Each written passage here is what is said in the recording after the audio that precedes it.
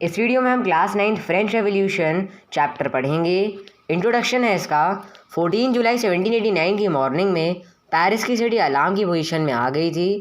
King ने troops को city में जाने के लिए बोला। ये र्यूमर्स यानी अफवाह फैल गई थी कि राजा जल्दी ही आर्मी को सिटीज़न के ऊपर ओपन फायरिंग करने का ऑर्डर देगा। टाउन हॉल के सामने मतलब फेमस एरिया लगभग 7,000 मैन और विमेन इकट्ठा हो गए और लोगों की मिलिशिया यानी आर्मी बनाने का फैसला किया। उन्होंने सरकारी बिल्डिंग में घुसकर हथियार छुड़ाने लगे। अंत में सैकड़ों लोगों का एक ग्रुप सिटी के ईस्टर्न पार्ट की तरफ चला गया और बैस्टील की फोर्टिस प्रिजन में स्टॉर्म किया। वहाँ उन्हें हथियार ज़्यादा मात्रा में मिलेंगे ये आशा थी। हथियारों की लड़ाई में बैस्टील का कमांडर मारा गया और कैदियों को बाहर निकाल लिया। हालांकि वहाँ सिर्फ 7 कैदी ही थे। फिर भी बैस्टील से सभी नफरत करते थे क्योंकि बैस्टील किंग की डिस्पोटिक पावर को बताता था। किले को गिरा दिया गया। डिस्पोटिक का मतलब तानाशाही। और उसके पत्थर के टुकड़ों को मार्केट में बेच दिया गया। जो लोग उसके डिस्ट्रक्शन के सोवेनियर यानी निशानी को रखना चाहते थे। आगे आने वाले दिनों में पेरिस और कंट्री साइड दोनों में और रायोट्स यानी दंगे हुए। कंट्री साइड यानी ग्रामीण इलाकों बहुत से लोग ब्रेड यानी रोटी के ज़्यादा प्राइस के खिलाफ प्रोटेस्ट कर रहे थे यानी विरोध। बहुत बाद में जब हिस्टोरियंस इस समय को देखते हैं तो उन्हें लगा कि यह बहुत सारे इवेंट्स की चेन की शुरुआत है जिसने फ्रांस में किंग के एग्जीक्यूशन की लीड किया। हालांकि बहुत से लोगों ने इस समय ऐसा आउटकम एंटिसिपेट नहीं कर रहे थे। यह क्यों और कैसे हुआ था ये सब चैप्टर में पढ़ेंगे। अब French society during the late 18th century पढ़ते हैं। 1774 में किंग्स की बर्बन फैमिली के लुइस 16 के थ्रोन यानी सिंहासन की असेंड किया। वह 20 ईयर्स के थे और ऑस्ट्रियन प्रिंसेस मैरी एंटोनेट से शादी हुई थी। जब लुइस 16 किंग बना तब उसको खाली खजाना यानी ट्रेजरी मिला। लड़ाई के बहुत से सालों ने फ्रांस की फाइनेंशियल रिसोर्सेज को ड्रेन कर दिया था। मतलब फ्रांस और ब्रिटेन के बीच जो लड़ाई चल रही थी उसके कारण फ्रांस के पास जो था वो ख़त्म हो रहा था। इसके साथ ही वर्साई के पैलेस के एक्स्ट्रावैगेंट कोर्ट को मेंटेन करने की कॉस्ट भी लगती थी। मतलब उसे मेंटेन करने में भी खर्च लगता था। लुइस 16 के अंडर फ्रांस ने 13 अमेरिकन कॉलोनीज़ को इंडिपेंडेंस दिलाने में हेल्प की। ये इंडिपेंडेंस ब्रिटेन से दिलाना था जो कि फ्रांस का भी दुश्मन था। लिवरे मतलब फ्रांस की करेंसी। इस वॉर में फ्रांस पर 1 बिलियन लिवरेस का डेब्ट यानी कि कर्ज कर दिया जो कि पहले से 2 बिलियन लिवरेस था। लेंडर्स जिन्होंने स्टेट क्रेडिट दिया था वे लोन्स पर 10% इंटरेस्ट चार्ज करने लगे। इसलिए फ्रेंच गवर्नमेंट को अपने बजट में से इंटरेस्ट पेमेंट भी करनी पड़ती थी। अपने रेगुलर खर्च को जैसे कि आर्मी को, कोर्ट को, गवर्नमेंट ऑफिसेस या यूनिवर्सिटीज़ को मेंटेन करने का खर्च उठाने के लिए टैक्सेस बढ़ाने पड़े। इतने के बाद भी सफाइज्ड यानी पर्याप्त नहीं था। 18th सेंचुरी में फ्रेंच सोसाइटी 3 स्टेट्स में डिवाइड हो गई और सिर्फ 3rd स्टेट के लोग ही टैक्सेस देते थे। पहले स्टेट्स में क्लर्जी, 2nd स्टेट में नोबिलिटी, 3rd स्टेट में big businessman, peasants, small peasants. States की सोसाइटी फ्यूडल सिस्टम का पार्ट था जो मिडल एजेस में था। फ्यूडल सिस्टम मतलब सामंती व्यवस्था। ओल्ड रेजीम टर्म को फ्रांस की सोसाइटी और इंस्टीट्यूशंस को बताने के लिए यूज़ किया जाता है 1789 से पहले। अब फिगर 2 में फ्रेंच सोसाइटी के स्टेट्स के सिस्टम कैसे ऑर्गेनाइज थे दिख रहा है। पॉपुलेशन का 90% पीजेंट्स थे। हालांकि उनमें से कुछ लोगों के पास ही लैंड था जो वो कल्टीवेट करते थे। लगभग 60% लैंड नोबल्स, चर्च और दूसरे अमीर लोगों के पास था। स्टेट्स के पहले 2 मेंबर्स क्लर्जी और नोबिलिटी को बर्थ से ही प्रिविलेजेस मिलते थे। सबसे इम्पॉर्टेंट था कि वे टैक्स नहीं देते थे नोबल्स फ्यूडल प्रिविलेजेस का मज़ा लेते थे। इनमें फ्यूडल ड्यूज थे जो वे पीजेंट से लेते थे। पीजेंट्स को लैंडलॉर्ड के घर में या फील्ड में काम करना पड़ता था या आर्मी में सर्व करना पड़ता था। रोड्स बनाने में काम करते थे।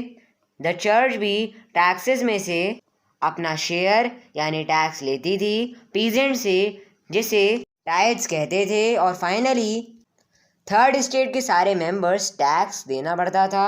इसमें डायरेक्ट टैक्स जैसे टेल भी शामिल था और बहुत सारे इनडायरेक्ट टैक्सेस जो हर दिन की उपयोगी चीज़ों पर लगाए जाते हैं यानी लगाए जाते थे, जैसे कि नमक या टोबैको। स्टेट की फाइनेंशियल एक्टिविटीज़ का बाहर टैक्सेस के द्वारा सिर्फ थर्ड स्टेट उठाती थी। अब पेज 5 की पिक्चर में दिख रहा है कि अमीर जो कैप पहना हुआ है उसके पास ऑलरेडी बहुत कुछ है पर उसे और चाहिए, और गरीब के पास कुछ नहीं है फिर भी उसे टैक्स देना पड़ रहा है। अब 1.1 स्ट्रगल टू सरवाइव पढ़ते हैं। 1715 में फ्रांस की पॉपुलेशन 23 मिलियन से 28 मिलियन हो गई 1789 तक। इसके कारण खाने के अनाज की डिमांड तेज़ी से बढ़ी। अनाज का प्रोडक्शन डिमांड को पूरा नहीं कर पा रहा था, इसलिए ब्रेड की प्राइस बढ़ गई। ब्रेड वहाँ की मेजॉरिटी का रोज़ यूज़ होने वाला फूड यानी स्टेपल फूड था। बहुत सारे वर्कर्स लेबरर की कहाँ एम्प्लॉयड हुए। वर्कशॉप में वर्कशॉप का मालिक उनकी वेजेस को फिक्स करता था, पर वेजेस प्राइस के बढ़ने के बराबरी नहीं कर पा रही थी। मतलब महंगाई ज़्यादा थी और वेजेस कम, इसलिए अमीर और गरीब के बीच का गैप बढ़ गया। चीज़ें और ज़्यादा बेकार हो जाती हैं जब ड्रॉट यानी सूखा या हेल यानी ओले गिर जाते थे। हार्वेस्ट कम हो जाता था। इसकी वजह से बहुत ज़्यादा क्राइसिस आ गए कि जीवन जीने के साधन भी कम हो गए। फ्रांस में ओल्ड रेजिम के time. Page 6 1.2 how a subsistence crisis happens. Bad harvest, scarcity of grains, rising food prices, poorest can no longer buy bread, food riot, weaker body, food riots की वजह से increase number of deaths, weaker bodies की वजह से disease epidemics और फिर increase number of deaths. 1.3 a growing middle class envisages an end to privileges. Past में peasants और वर्कर्स ने टैक्सेस बढ़ाने और फूड की कमी के अगेंस्ट पीजेंट्स और वर्कर्स ने रिवॉल्ट्स में हिस्सा लिया था, परंतु उनके पास साधन और प्रोग्राम्स की कमी की वजह से सोशल यानी सामाजिक और इकोनॉमिक यानी आर्थिक तौर पर उतने चेंजेस नहीं ला पाए। यह उन लोगों पर छोड़ दिया गया जो थर्ड स्टेट के एजुकेटेड और प्रॉस्पेरस और नए आइडियाज़ वाले लोग थे। 18th सेंचुरी में सोशल ग्रुप्स का इमर्जेंस हुआ जिसे मिडिल क्लास कहा गया, जो ओवरसी ट्रेड और सामान बनाते थे जैसे कि लकड़ी और सिल्क टेक्सटाइल्स जो सोसाइटी के अमीर लोगों द्वारा एक्सपोर्ट या खरीदे जाते थे। मर्चेंट्स यानी व्यापारी और मैन्युफैक्चरर्स के अलग थर्ड स्टेट में प्रोफेशंस जैसे कि लॉयर्स या एडमिनिस्ट्रेटिव ऑफिशियल्स भी थे।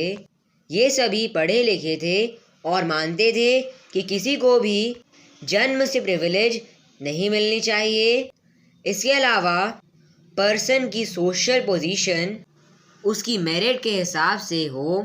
ये आइडियाज़ एक सोसाइटी को एनविसेजिंग यानी परिकल्पना करना कर रहे थे। फ्रीडम और इक्वल लॉज के बेसिस पर और सभी के लिए मौका दिया गया। ये फिलोसफर्स जैसे कि जॉन लॉक और जीन जेकस रूसो। लॉक ने अपनी टू ट्रीटिसेस ऑफ गवर्नमेंट में डॉक्ट्रिन ऑफ डिवाइन और मोनार्च के एब्सोल्यूट राइट को रिफ्यूट किया। मतलब किंग का बेटा किंग ही बनेगा या किंग जो करना चाहे कर सकता है, ये सब नहीं होना चाहिए। रूसो ने कहा था एक गवर्नमेंट का फॉर्म हो जो लोगों के बीच के सोशल कॉन्ट्रैक्ट पर बेस्ड हो और उनके रिप्रेजेंटेटिव्स हों। मॉन्टेस्क्यू ने द स्पिरिट ऑफ लॉज में कहा था कि लेजिस्लेटिव, एग्जीक्यूटिव और जुडिशरी के बीच में गवर्नमेंट की पावर का डिवीजन होना चाहिए। इस गवर्नमेंट का मॉडल यूएसए में लाया गया जब 13 कॉलोनीज ने ब्रिटेन से अपना इंडिपेंडेंस डिक्लेयर कर दिया था।